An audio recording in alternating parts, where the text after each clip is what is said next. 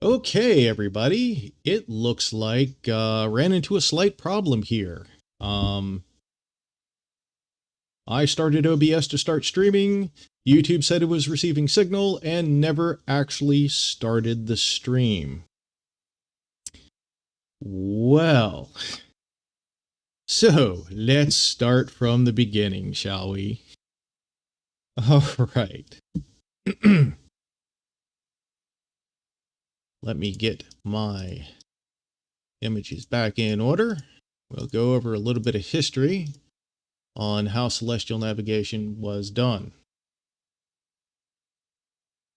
So initially, celestial navigation was done using your hands. Use the width of your hand for 10 degrees, a pinky for about a 1 to 1.5 degrees, hand span for 25 degrees, and so on. Now, as any of you can tell by looking at your hand, you're going, well, I got big hands or I got small hands. That's not going to work. So this method would get you a general idea. Yeah, a couple hundred nautical miles. Close enough for large bodies of land. Now, for measuring from the horizon, fist over fist, some fingers. There you go. Now, in prehistory, this was not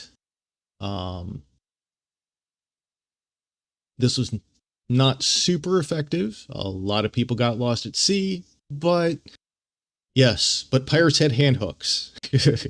Yeah, I'm not quite sure how many hand hooks 10 degrees would take. I'll do the math on that later. So from using hand spans, went over to what is called a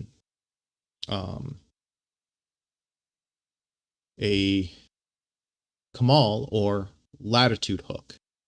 This is essentially a block of wood with a rope and knots in it. You put the knot in your mouth. You pull the cord tight, and your horizon would go here. Your star would go here, and that would give you a reference of how high that star is above the horizon. The closer in you are on these knots, the higher the star would be. And this is just a basic perspective tool. It's actually pretty ingenious. It's so simple. What the Arabic mariners would do is, so you have your southernmost here. You then sight the Polaris and go, well, this knot here is for a port that I want to go to. So you would sail north until when you had this knot in your mouth, Polaris met the top, and then you would sail east and reach your port, sail west and reach your port. So it's a fairly simple but elegant tool. Here's a simple drawing of how it's used. Here's a prime example. Some do have notches, some don't. This one here tends to be more historically accurate. I would not be surprised if the Vikings used something similar to this, as well as other seafarers. Unfortunately, due to it being wood and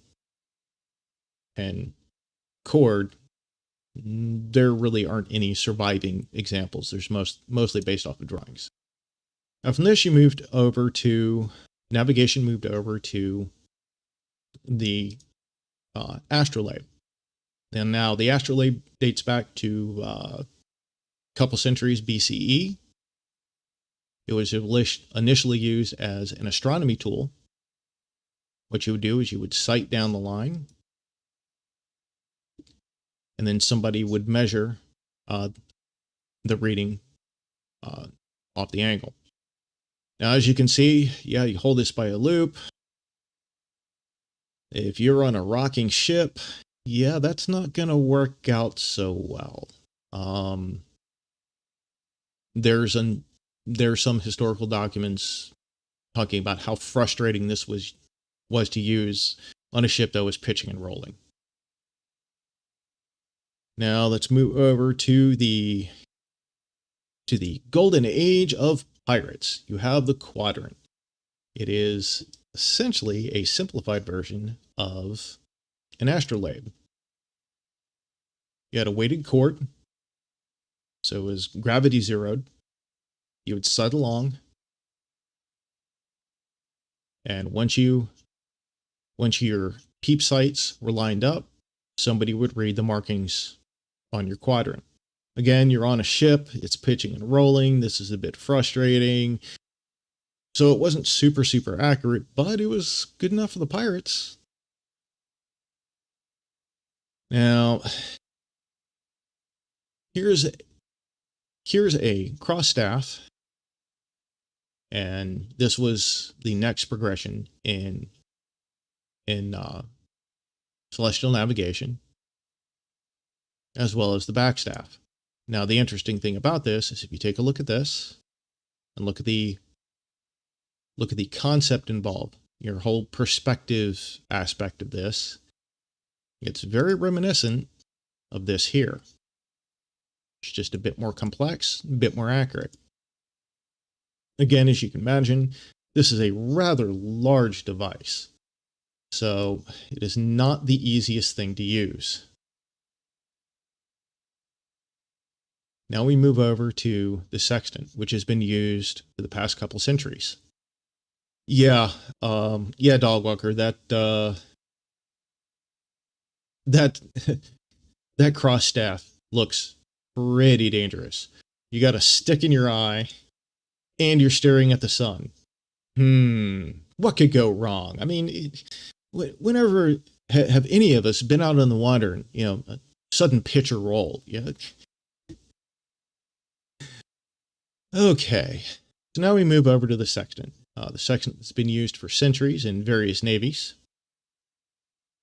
It fell out of use for a number of years in the U.S. Navy, and it is now getting use, now being put back in use by the Navy as an alternative should anti-satellite systems be used to take out GPS, or in the case of an EMP. Because if you have an EMP, well, your gear on your ship may be shielded, but the satellites, not so much. So here's your general components of your sextant. You have your index mirror, your telescope, or sometimes just a straight sight tube. You have your shade glasses, your horizon mirror. You have your horizon shade glasses. Of course, your arc, your index. Some come with a magnifying glass, some don't. This example here is very close to the Plath sextants that were used by Germany during World War II. You have your micrometer drum, which allows you to read in minutes and arc seconds, as well as a release clamp.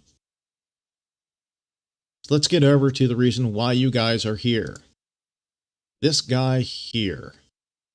Let's go ahead and put this over in the small window. As we can see, this is the same device, but this is very stripped down.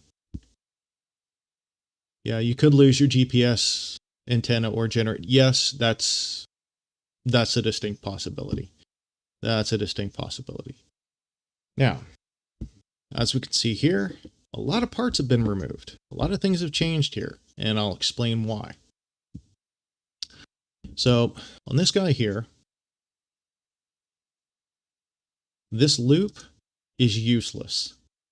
It is not strong enough to actually magnify anything at that distance. You actually have to move this loop about 6 to 8 inches away for it to even sort of come into focus. And at that point, you're better off just looking at the vernier right there. So I removed the base, the arm, and the loop. Now with these filters are way too small. Some people have had some success by removing these filters up here. Even then, they ended up giving up because you would have to tape off or paint off the side of the mirror, which kind of sort of makes this mirror somewhat useless, actually.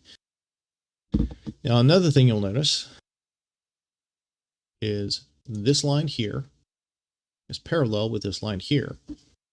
On this guy here, you're not going to see that, and there's a reason why. We'll go into that in a second. You'll also see that this vernier scale is on the front side, and there's a big gap here. This results in a parallax issue. So as you're looking at it, if you're looking at it slightly off angle, what'll end up happening is you'll end up getting an error in as much as a couple arc minutes. So initially, what you do is you go ahead and just make sure that this is zeroed out. Now, one of the modifications that I did is I took this loop arm here, removed this loop,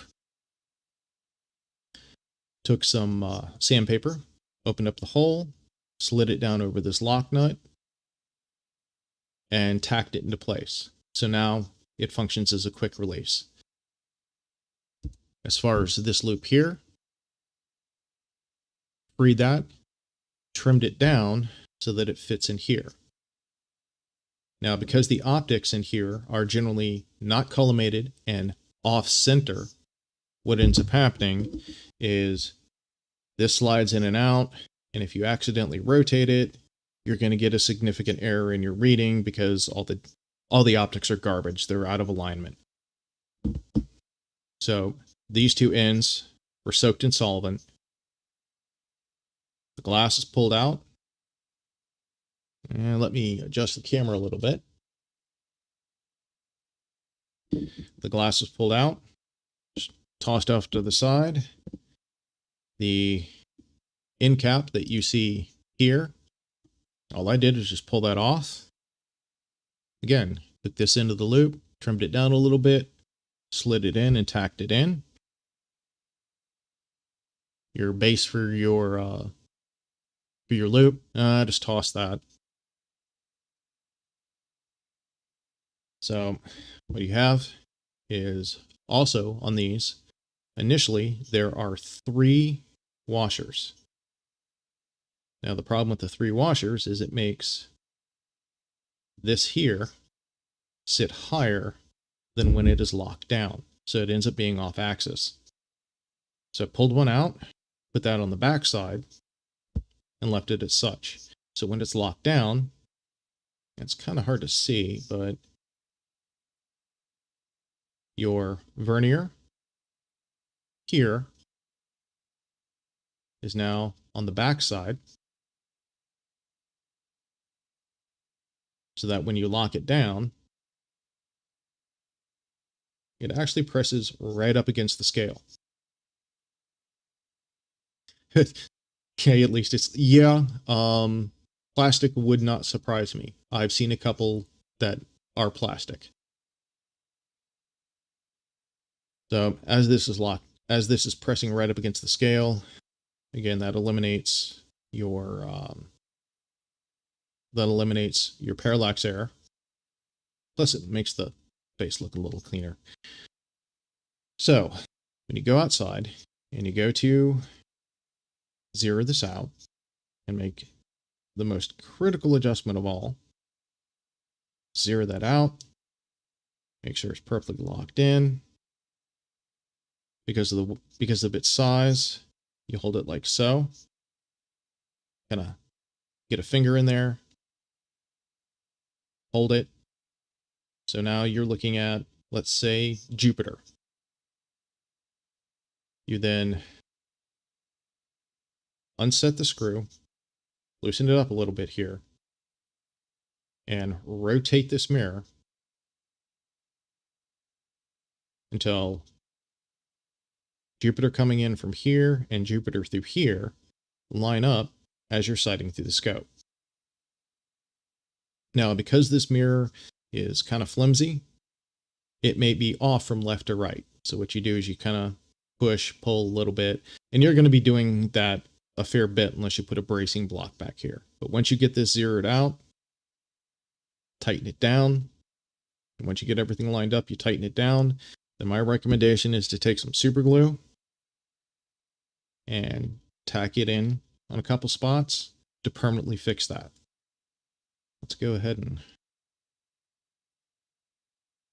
So once that's tacked in, zeroed out,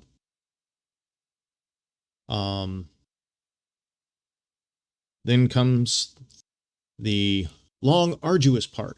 What you end up need to do is, recommendation, take the end off of some lip balm, cut a hole in it, get a little piece of solar filter. And why I ended up going with the end of the loop on here is this now fits just right. So now it's solar filtered. So with it zeroed out, you point it at the sun. Got sun beaming in here, bouncing off this mirror, hitting the solar filter. So you see a nice, pretty red sun circle coming through here. You're going to end up seeing the same thing. Now, as far as doing super fine tuning adjustments, I'll take that back. Don't super glue this in quite yet. Get a pan of water for an artificial horizon. So you're pointed up at the sun, release, and then follow the sun down to your pan. Lock it in. Do your fine adjustments till you get it lined up. Then you immediately note what time it is, and then take your reading. Punch those numbers into some navigation software, and that will tell you, nautical miles, how far north or south you are of, how far north or south your line of position is above your actual location. Then later on, next sunny day, and you just log this information down. You log how much your error is. Next sunny day, do it again. And then do it again, and do it again. You want to do this a few times so that you have a number of readings, about 5 or 6 readings, and you average out the error. So if it says you're consistently off by 20 nautical miles in the same direction all the time, that would end up being your index error correction that you would apply. So go ahead and we'll zero this out, lock it down. Like I said, these things are useless. I mean, even if these did cover the mirror, all 3 in place are not dark enough to safely use this pointed at the sun. So again, do a little cap, a little solar filter, film in it, and be safe. So let's go over to how this worked out for me. So this is the software I was using. I will post a link to it in the description. My initial reading with no index correction on a solar meridian pass, I was off 12.5 nautical miles. So my LOP was actually 12.5 nautical miles south of me. Again, different day, 15 nautical miles south. Then again, on the 17th, after I averaged out all my errors, over a number of days, I gave it a -20 index correction, index error correction. So here we are, 17th, 1250. And my solar sighting, I was 1.2 nautical miles for my LOP, which is actually really, really good. With this dialed in, I'm on average anywhere from 1 to 5 nautical miles off.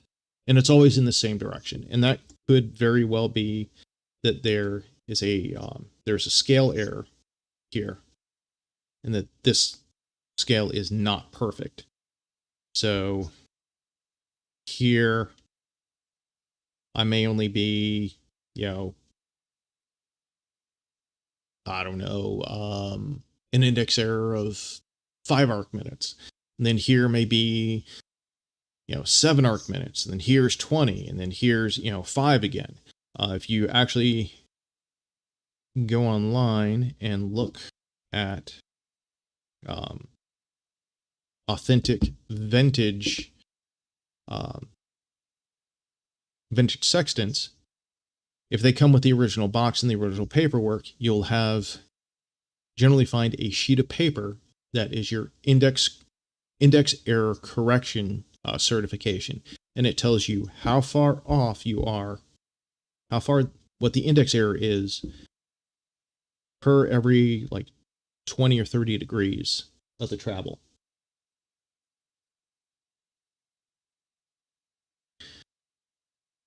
So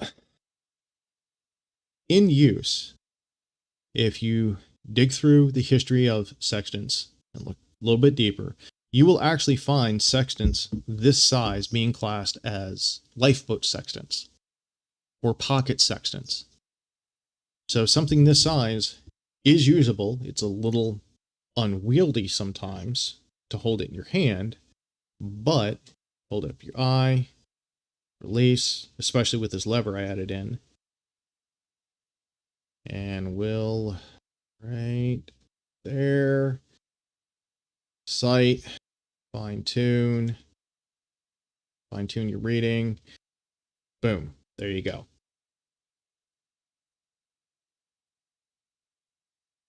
Now, the only thing that I've run into is I've tried to sight Jupiter a couple times and forgot to take this off, which makes it really, really dark for some reason. I don't know why. Now, a couple fine-tuning adjustments. Okay. So when I took this off, I noticed that this did not sit all the way in the opening. So just like what I did with this quick release arm that I put together, rolled up some sandpaper, just barely get it to fit in the opening, in the hole in the frame, and very carefully filed out just very little bit, then test it to see if it would fit, and a little bit more, and see if it would fit, a little bit more, see if it would fit, and it just kind of barely, snugly fit in there. Popped a little bit of grease on there, 2 washers on the front, 1 washer on the back, tightened everything down, and it works well. Now, as I said in my description, this is a working sextant now. Would I use it to get super, super accurate readings? No, probably not. I wouldn't use it as an actual naval sextant on a ship. Plus, I'd probably get laughed at. But it is accurate enough for those that want to play with a sextant and get reasonably accurate readings without spending a ton of money. This thing's fine. There are a couple different models that you'll see out there. Some will have a thicker base for this mirror here. Some will have some sort of adjustments, some pseudo adjustments. I'm not sure if the adjustments actually work or not because I don't have one.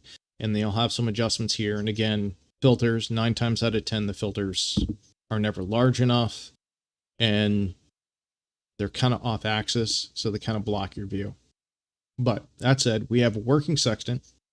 Like I said in my description, I will give this sextant away to any flat earther that thinks they know how a sextant works and have the balls to prove it. In addition, whatever flat earther wants to step up and prove they know how to use a sextant, they will also need to debate FTFE on a neutral platform. They can sit there with their sextant, with the sextant they've taken out, and they show, hey, this is how you use it. I've done readings, so on and so forth. All my geometry matches. I didn't use any of the calculations in the nautical almanacs or any of that because that's all R-value based. And I got a perfect fix.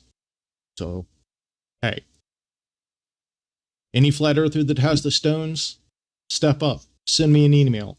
I will ship this to you. Only for the cost of shipping. I won't make you pay for any of the work I've done or the cost of the sextant itself. You cover the cost of shipping. I will send it to you.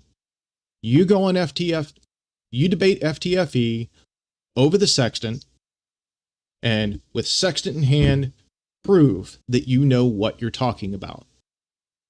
Now, to everybody else, if you happen to pick up one of these and you don't feel comfortable doing all the adjustments and fine-tuning and filing and sanding and things like that, leave a message in the comments. Send me an email from my about page, and you know what? I'll calibrate your toy sextant to get it to work for the cost of shipping. Simple as that. Now, I do have a PayPal link in my description, as well as a Amazon wish list link. On the wish list link, there are 2 toy sextants. They're a little bit better made, a bit larger, a little bit easier to work with.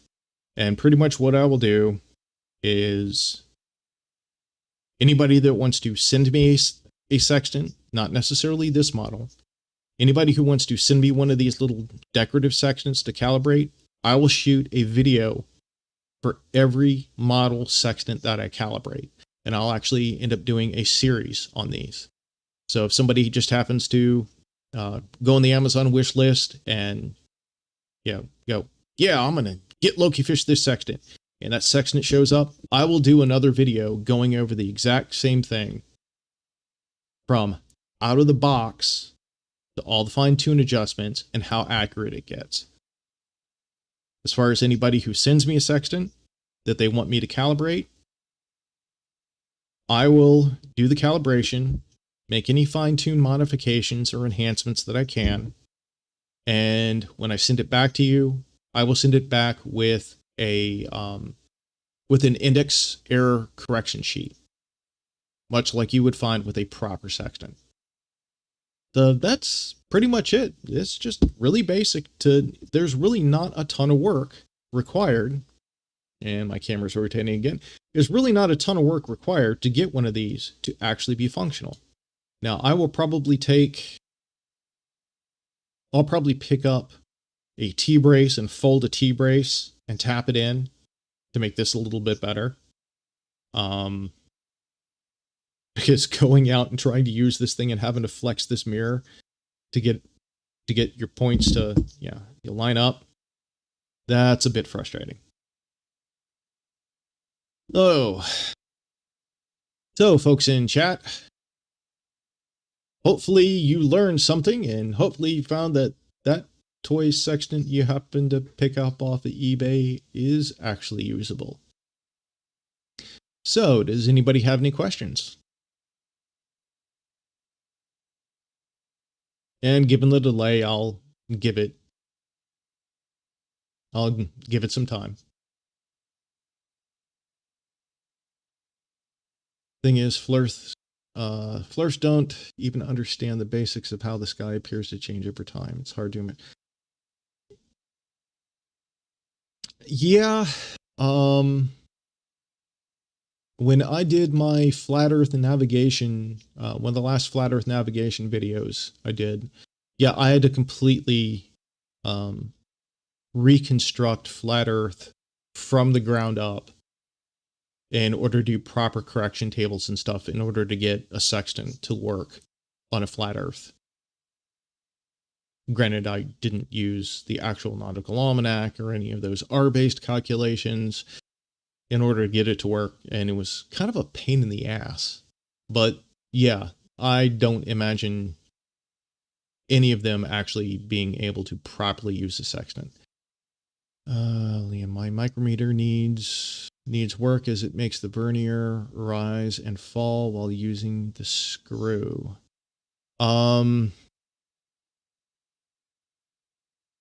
Hit me up on Discord and we'll go over it.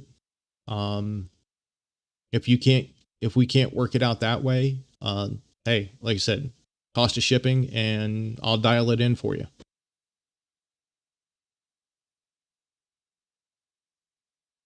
Mr. Dogwalker said, I was looking at used sextants on eBay, but they are almost expensive as a new one with shipping from the US. Yes, except for your Davis, your plastic Davis sextants, a used sextant, a proper, nautical sextant. Yeah, they don't really drop in value. If I had had the money before Christmas, I had actually found an actual proper sextant that was missing the filters. It was a nice big, big sextant, big proper sextant. I found one that needed to be stripped down, cleaned, and refinished for like $50, and just couldn't afford to get it. You get some that do occasionally pop up for that.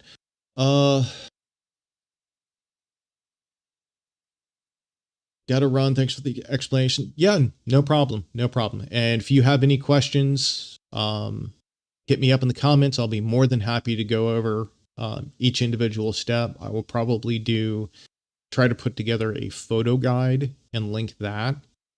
That might be a little bit easier. Or try to put together a more condensed step-by-step guide with text and notation. But thanks for watching. Hey, don't forget to like and subscribe. Oh, wait, you would have to just subscribe to chat. Well, anyway, don't forget to like and share. Yeah, a lot of these little toys, like with this one, apparently its frame size is off, or otherwise we wouldn't have to angle the mirror as much as I did. I think the one that I have linked, how much is a good one? The least expensive proper sextant that you'd be able to get would be a Davis Mark 15, and those run for about $130. Oh, you're welcome, Charlie. Thanks for watching. Those run for about $130. The Mark 25 is a little bit better in some cases. That's, I think, like $150 to $200, depending on who you go through.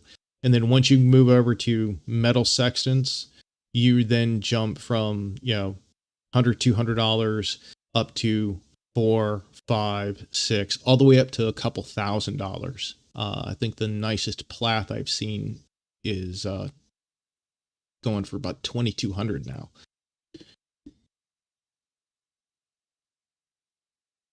Yes, that is my old mechanical Dell keyboard. Back when this is the Dell branded version, back when the actual ODM Logitech version was like $120, $130 for the keyboard. Liam, I have 2 spare eyepieces that invert the image. Are they different use? Double check the magnification on those. One might have a little bit more magnification than the other, depending on how it's designed. The galanoscopes, which have essentially a negative element here and a positive here, when you slide this out, it actually increases magnification. For your standard, where it's a positive and a positive, that's going to invert your image. I don't know if I personally wouldn't use, okay, so both magnify the same. Then if you got one of the inexpensive toy sextants like this, it's probably just, hey, look, you get more eyepieces, you get more scopes, and really no difference. What I would do with yours is, if the back end rotates, just take the scope, hold it up to, point it at like Venus or something, and then rotate that back element. And if you rotate the back element and Venus is doing this, the optics are out of alignment. And you might actually want to consider taking the thing apart, soaking it in solvent, and popping the optics out, and just using it as a sight tube. Pardon me.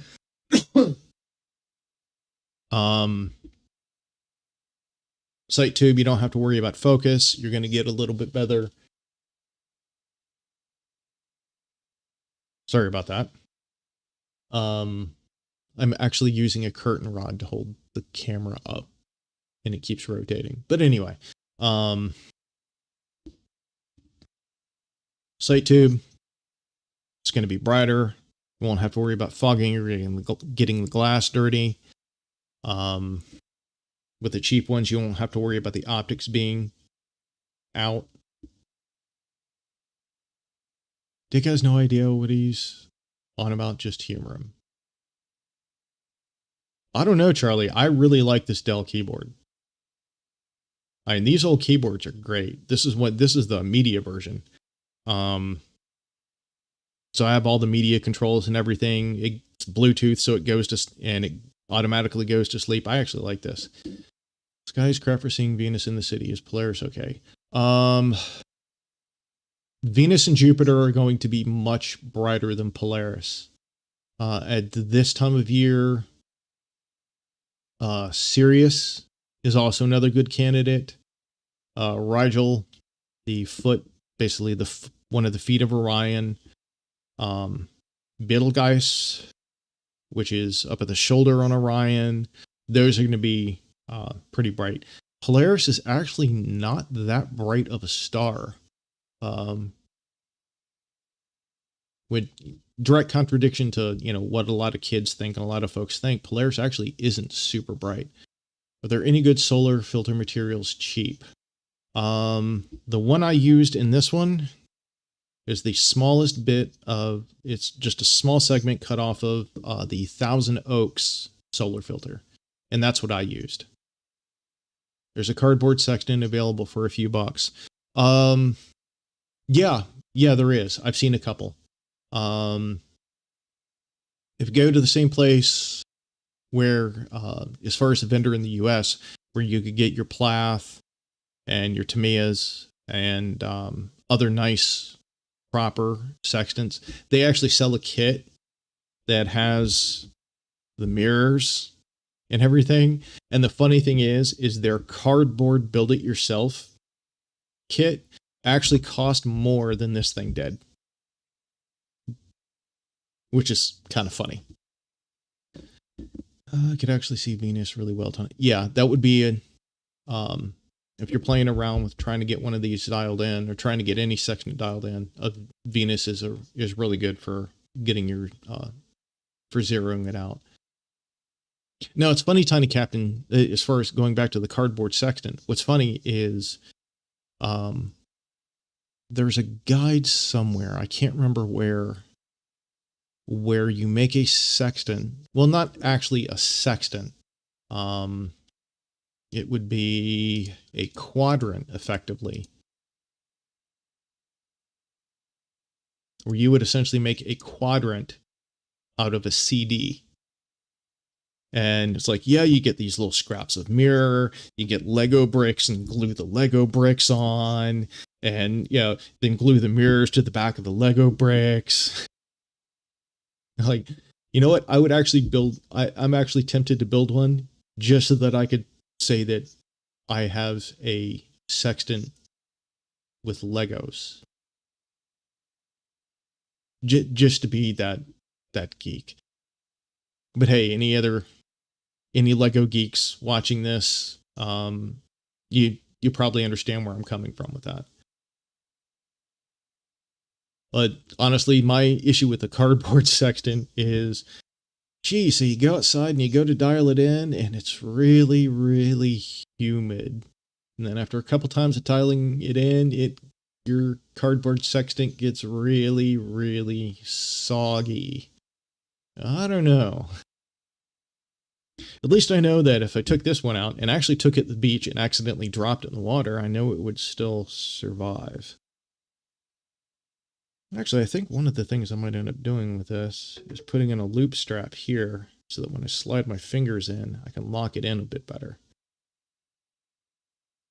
But it still works pretty well. I think that's really about the only thing I would change on that. That, and one thing that you'll notice, let me do this so you can see the mirror a little better. You look at this mirror, way more than half the mirror is silvered. A risky recommendation is you take this, soak this in solvent, pop the mirror out, do a very light score line at the halfway point, mark it at the halfway point, and then essentially take a razor blade and scrape off the excess. Plus, as you can see, it's not aligned correctly. Another thing I would actually probably end up doing would be another risky modification, because it requires removing the cemented glass, would be to open this up so that it is an actual proper half circle.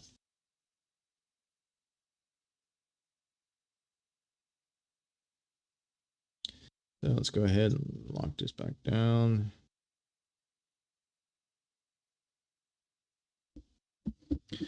So again, a little bit of epoxy, a little bit of work, and kit is about €22. It's quite accurate, even as a bubble sextant. You know what, Tiny Captain? We might be talking about the same one.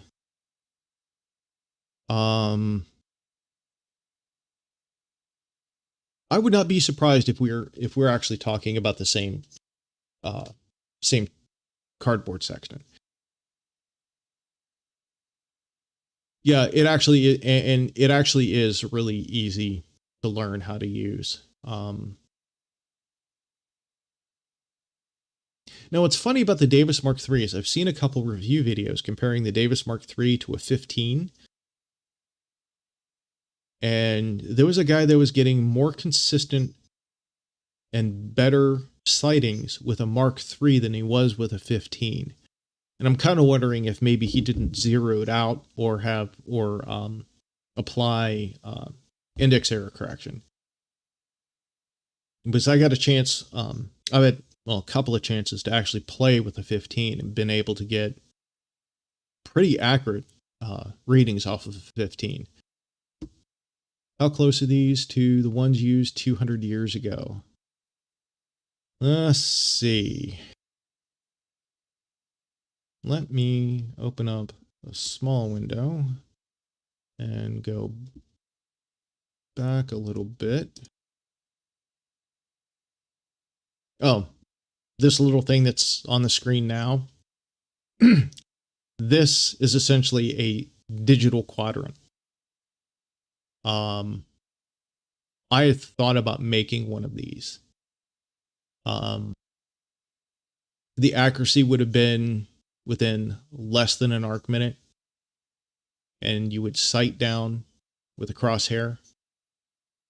So as you're holding it, you cup the inclimeter in your hand, Once you get it sighted, you press the hold button and then take a reading.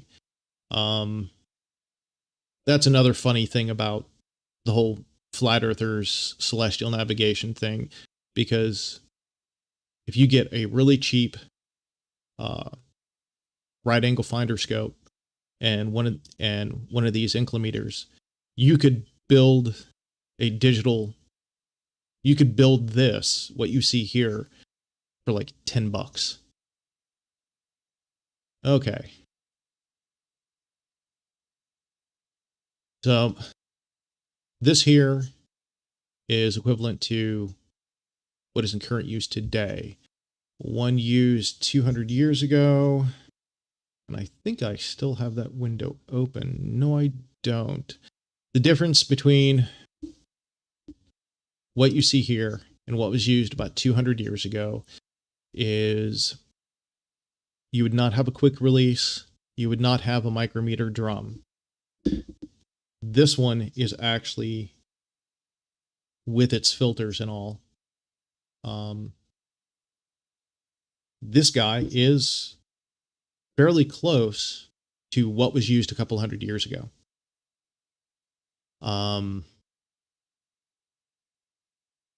Granted, most of the ones that you will find, most of the antique, vintage, even ones that are like 100 some odd years old, they're generally not this small. The only ones I've ever seen this small are lifeboat sextants. And there's actually not that many examples of small lifeboat sextants, like ones like this size. They're generally top to bottom, like 9 inches, 10 inches. I've actually seen some that are even larger than that. Yes, these hands are CGI.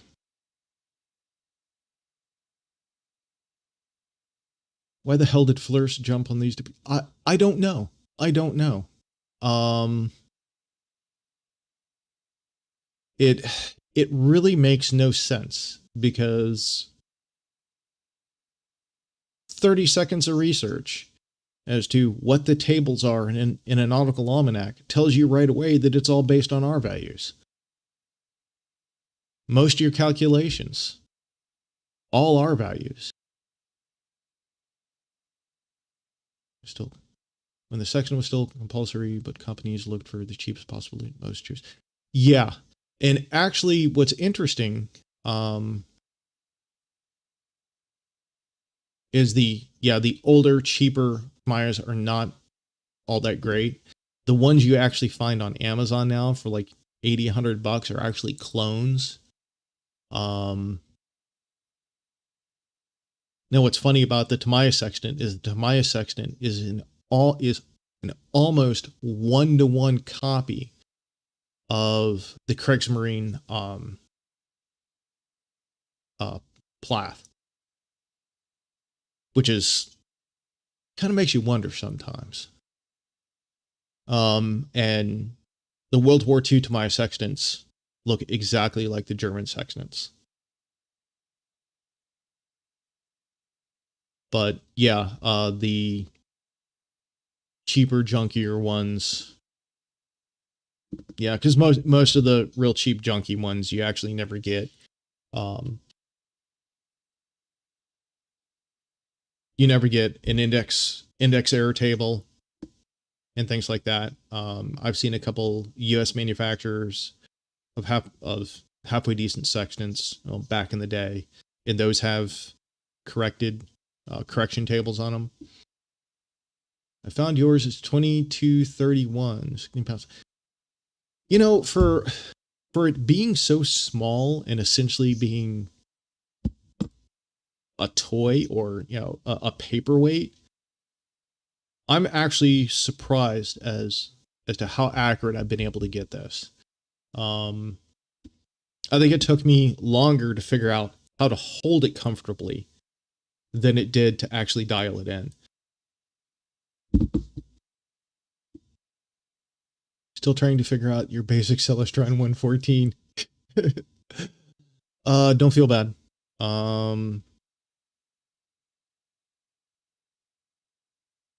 some of the lower end scopes, like the 114s that come with the not so great mounts, I have a hard time using. I would actually have an easier time using the 114 as a desktop Dobsonian than I would have using it on any of the mounts that they supply with them. Yeah, Dick, I have a 130 EQ as well. Unfortunately, my a 130. I had a 130 SLT, and the 130 SLT, the mount itself died. The control board burnt out. That was rather upsetting because I also used that 130 SLT. I did a battery conversion on it, so it ran off of 18650 lipos, so that it could run multiple days. And yeah, having the board go out on mine was kind of a nightmare, because that was my grab and go. Hey, look, we have clear skies for a couple hours, so come on, little one, let's go outside and look at some stars. So my other option now is about 120 pounds worth of gear and 30 minutes worth of setup.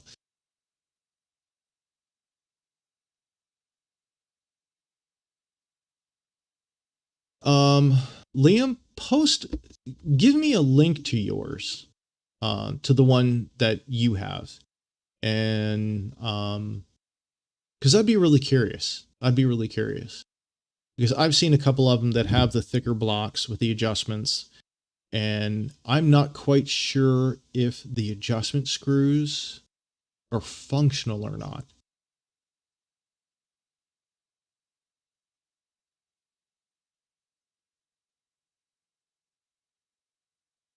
Considering astronomy for dude, astronomy is great. Even basic astronomy, even just sitting out in the backyard with a pair of binoculars. Yeah, this damn camera. Yeah, even sitting out back with just a pair of binoculars is a lot of fun. It's definitely a lot of fun. Unfortunately, with the way the weather has been lately, I have not been doing any. I've not been doing any astro on my astronomy channel. I kind of need to get back to that, because I mean I have a gorgeous Intes 150 F10 that is not seeing any starlight.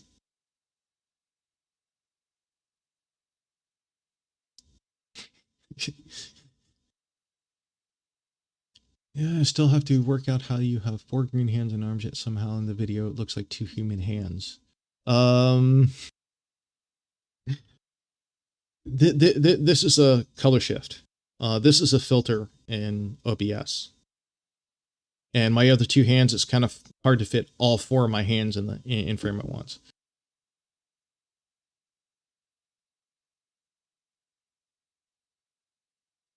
Oh, watching. Yeah, Dick, the skies are shit for a lot of folks.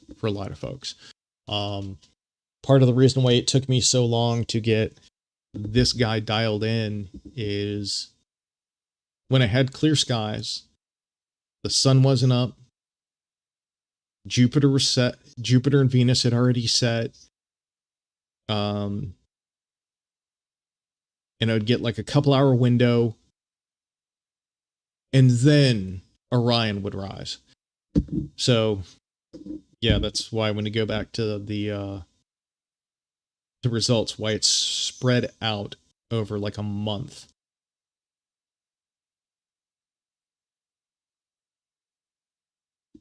I still think that's badass, by the way, that 1.2 nautical miles. Hey, Dr. Bob, bite me. 1.2 nautical miles. Trump that. Just kidding. Love you. And I would actually like to see if you've been able to get super, super accurate like that.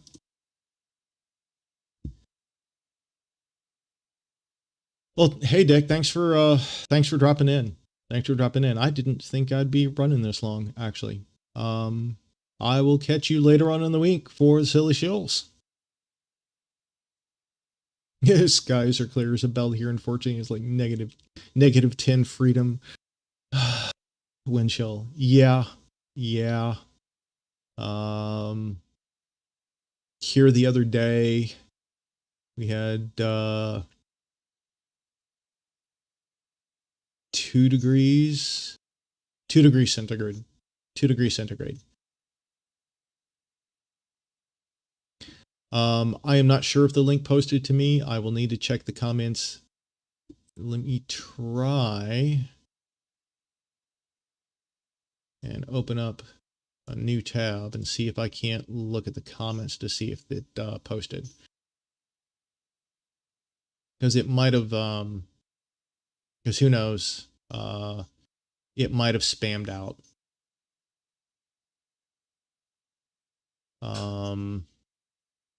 Yeah, I'll need to check it later. Because I'm also not seeing it in chat either. And that could be because YouTube's been doing the whole weird filtering thing. I'd like to keep it under 1K max. I have no idea where to start.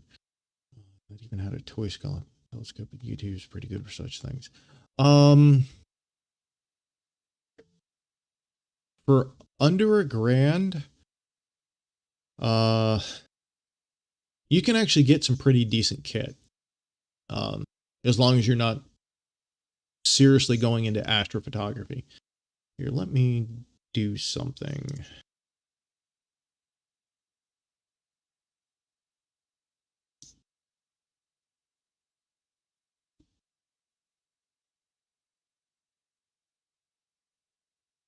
All right, I'm tired of this camera rotating. There we go. Now, actually, what's recommended is a 130 SLT is one of the recommended starting scopes. And it's not bad. It's not bad at all.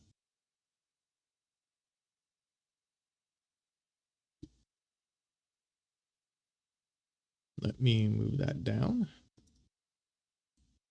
There we go. It's not bad at all. The only thing I would be worried about with a 130 SLT is what the air is like in your area. If you live in an area that is that has high level of particulates, an open tube like a Newtonian would not be a good idea. Because what ends up happening is if you have, let's say, high humidity and high level of particulates, all that tiny little road tar specks and dust and stuff like that ends up affixing itself to the mirror, making cleaning a nightmare.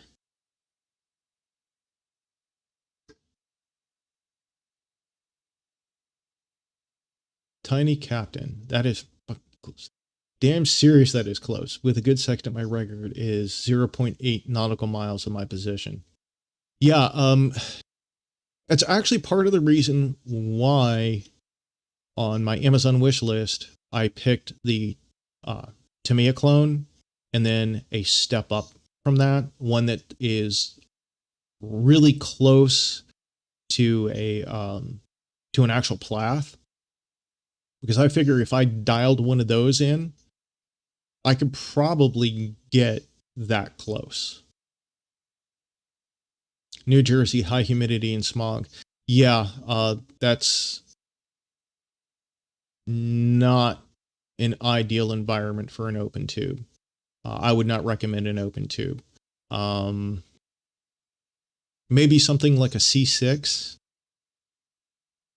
like a Celestron C6. Pretty much anything smaller than that, I wouldn't recommend. I mean, you might be able to go with a C5, but a C5 tends to be a lot darker. C6 would be f10.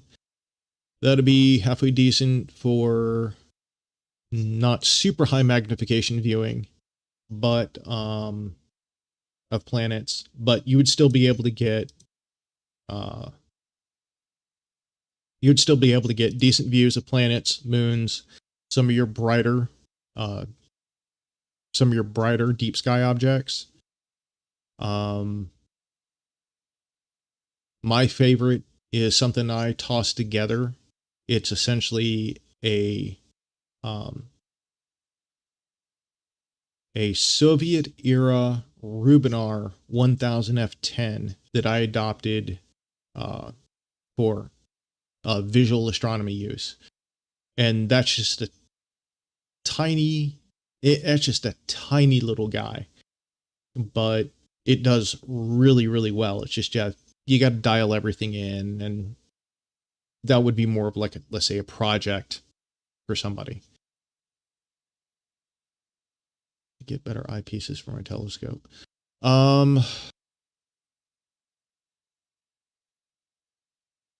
Halfway decent set of Plossels is good. For the zooms, maybe the Celestron zoom eyepiece. When a Nikon scope supplier went out of business, I managed to get a Nikon zoom eyepiece that was adapted to, that I could adapt, or that I ended up adapting for telescope use. And that was just a lucky thing. I really wish I'd bought a ton of them, because they only sold for like $30 a piece, and current market value on the same eyepiece is like $200 now. But yeah, little did I know. Okay, so Liam, you put it in Discord, private message. I will take a look at that. Let me open up my Discord.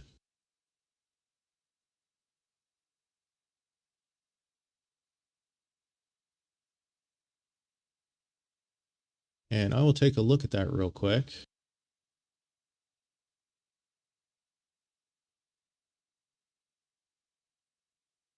Because I think that might be one I've seen recently.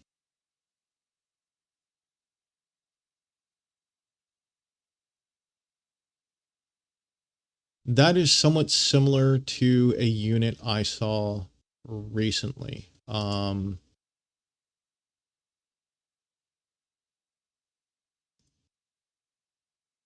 If that's what you have, let's see. I think the filters would be out of place. Let me go ahead and pull that down, drop that in, and scale that.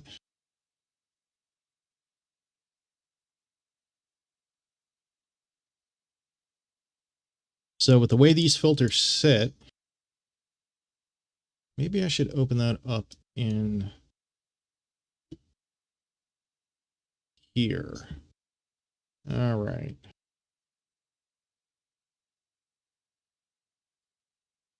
And just give me a second.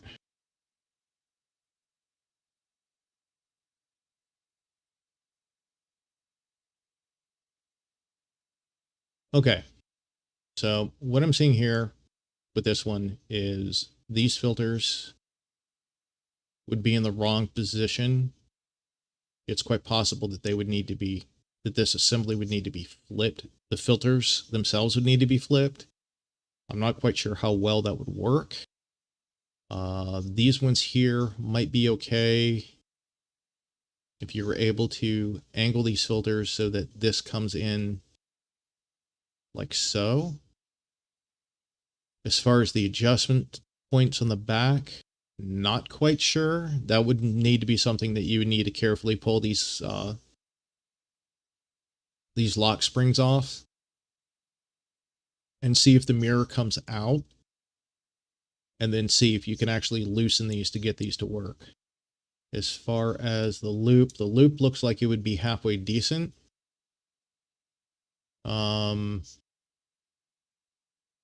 That's spaced in such a way where, I guess if you bent it a little bit more so that it would sit almost flush up against your scale here, that would probably work out okay. Let me take a look. I didn't see a backside picture. But what you could probably do with that is something similar to what I did with mine, and that would be to create a locking ring, a quick release ring.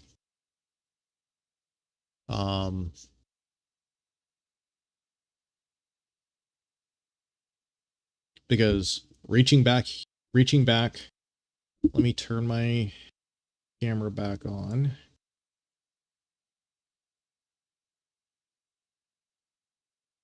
Capture device. And this crazy thing keeps turn that off. Okay, so turn me off. There. Because if yours has the locking screw, like this one, it really is a pain in the ass, because you got to set it and then you got to reach back up behind it and try and tighten that. And I get really frustrated trying to do that. That's why I did a locking arm. Oh well, if the magnifier's trash, yeah, do what I did with mine. Well, that one actually is not threaded the way mine is. That one's not screwed in the way mine is. But hell, if you could find a little piece of brass stock, tap a hole so that it'll fit through. Again, find a little piece of brass stock, tap a hole so that it would slide over the lock, over the shaft of the lock screw, and then just tack it in. Yeah. Because if you played around with yours at all, you know that whole reaching back up underneath here to try to get this to set is so much worse than just slide, lock as you're sighting.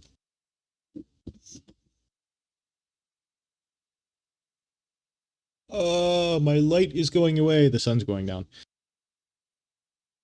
Yeah.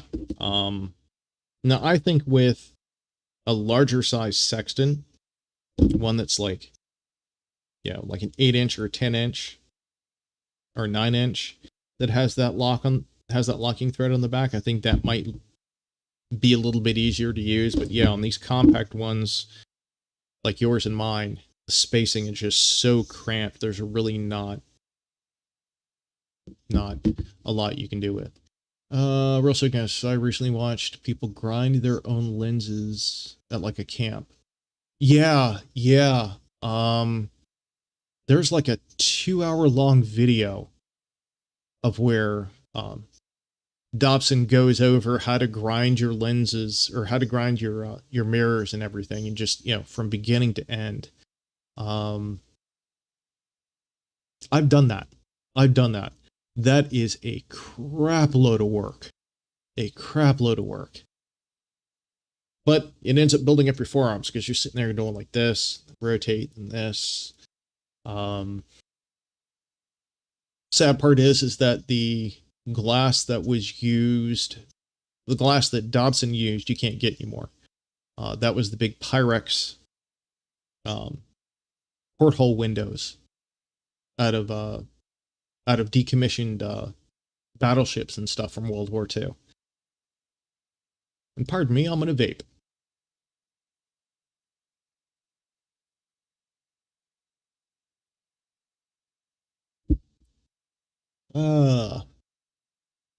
And there we go. But yeah, I don't know if I would ever grind my own glass again. I mean, I have a couple applications where I would like to do it just for some custom stuff, but I don't think I would ever seriously do it again.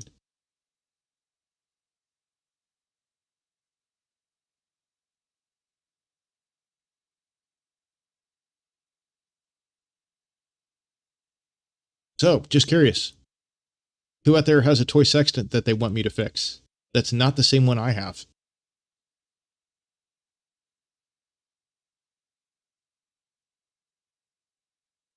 Yeah, Real Cygnus. It is one of those things that gets into across that fine line between art and science.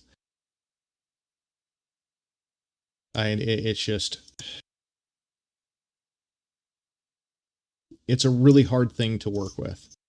And it's all done by feel. It's all done by feel. Kind of like if you've ever seen a metal worker just, run his hands over a piece of metal and go, I need to, take a little bit off here. I need to take a little bit off there. The same thing with, art and science, definitely. Well, there is, Dogwalker, you can find Pyrex blanks. The drawback is that Pyrex blanks, like proper Pyrex, and there's a way to tell. Let me go on a tangent. If you take what's called Pyrex now and actual Pyrex, if you put actual Pyrex in a sink of water, it almost essentially disappears. If you take what's called Pyrex now, what they sell as Pyrex now, and put it in a sink of water, full of water, it looks kind of green because it's more soda glass than anything else. And soda glass is garbage. It's Coke bottle glass. The new stuff is basically a special special formula of Coke bottle glass. Saw Sir Patrick Moore show his grinding setup many years. Yeah. There is, I've seen a couple videos here recently of a guy that grinds solid cat adapters by hand, and foot pedal, sitting there with a foot pedal to rotate the nap. It's crazy. It's crazy. Aunt used to work in a real Pyrex plant. The new stuff was French. Yeah. There is another type of glass. There's another type of glass that's actually superior to Pyrex, but it's insanely expensive. I believe it is a Borisolate glass.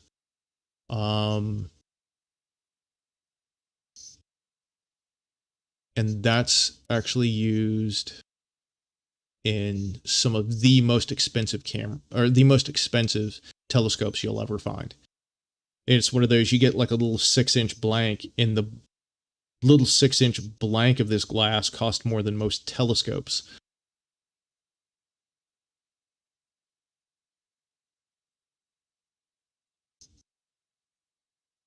Yeah, the borosilicate stuff. Yeah. Especially if that stuff has an SI overcoat after it's been silvered. My Intes, the secondary, is borosilicate. Too bad the primary is not. But the primary on my Intes scope is Pyrex. So Real Cygnus, you saw that one where the guy was making the 300 millimeter focal length telescopes that were like the size of an eyepiece.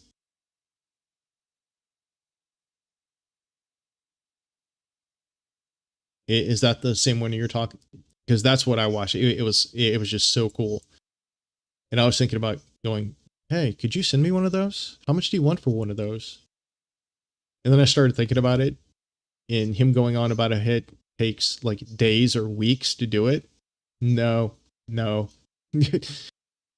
I could see a hefty price tag on that.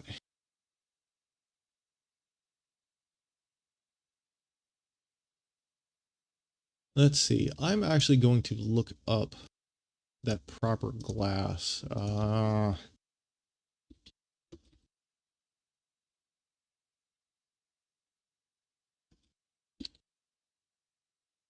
Because I know it's not Pyrex. But Pyrex is the most commonly accepted. I know that there's a, oh God. There's a telescope manufacturer in Russia that uses this specific type of glass. And their shit's insanely expensive. And it ended up being a situation where you actually cannot buy,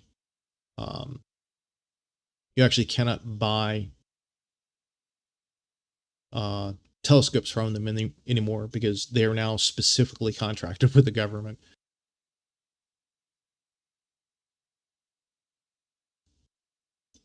Yeah, I may not be 100% certain whether if it's borosilicate or not.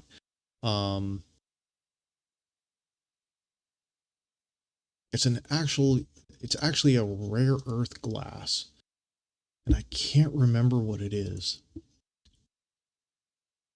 which sounds really bad, actually. Let's see.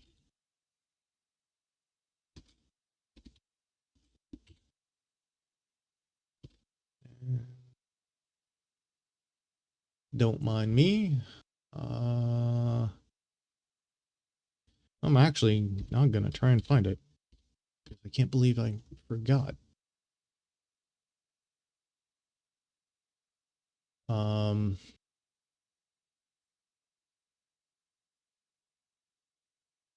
But the glass I'm thinking about has even lower thermal expansion than Pyrex.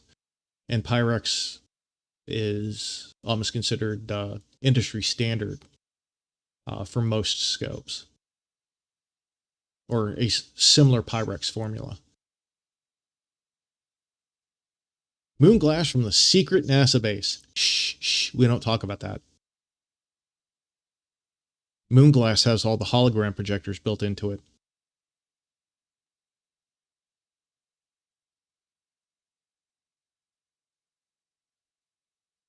Okay, so I'm looking at the time here. It is now 5 local. I need to start getting dinner ready for the family. I really appreciate everybody that has hopped on and watched me ramble on about crazy little toy sextants and actually making them work.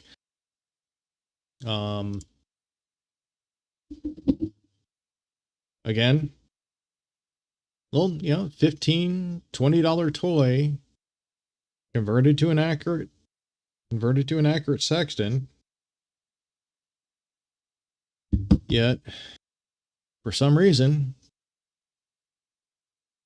I still have yet to see a single video by a flat earther that showing them actually using a sextant. So if they want to complain about, oh, money's while they grub and e-bag, it's cheap. You can calibrate it. In fact, I will even send you this very sextant if you take up the debate with FTFE. So, hey. As far as everybody else, like I said, if any of you have different versions of the toy sextants, different models of the toy sextants, and you want and you're not completely comfortable with calibrating it, dialing it in, let me know. I'll be more than happy to work something out with you so that we can just turn your toy sextant into a calibrated sextant as well. So until next time, or until the shill show, it's been fun. Kind of enjoyed chatting with all you folks. Be sure to like, subscribe, share, pimp the hell out of my channel. And if you want to help out, like buy me a cup of coffee or anything, yeah, check the links in the description. Again, thanks for coming by, and night all. If you would like to keep your planet from being invaded, be sure to like, share, comment, and subscribe. Until next time, this is Loki Fish Mars.